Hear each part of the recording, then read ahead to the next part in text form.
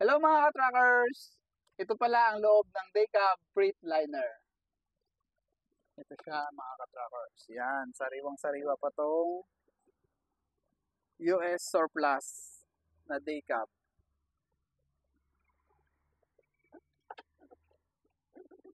Ayan. Ang transmission pala nito mga ka-trackers, hindi siya kagaya ng splitter.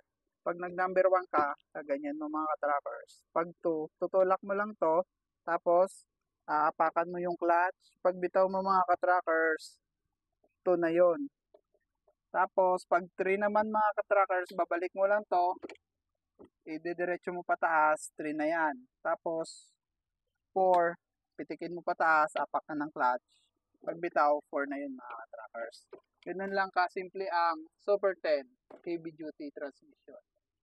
Kaya kung interesado kayo mga ka-trackers, call na sa hotline ng Platinum.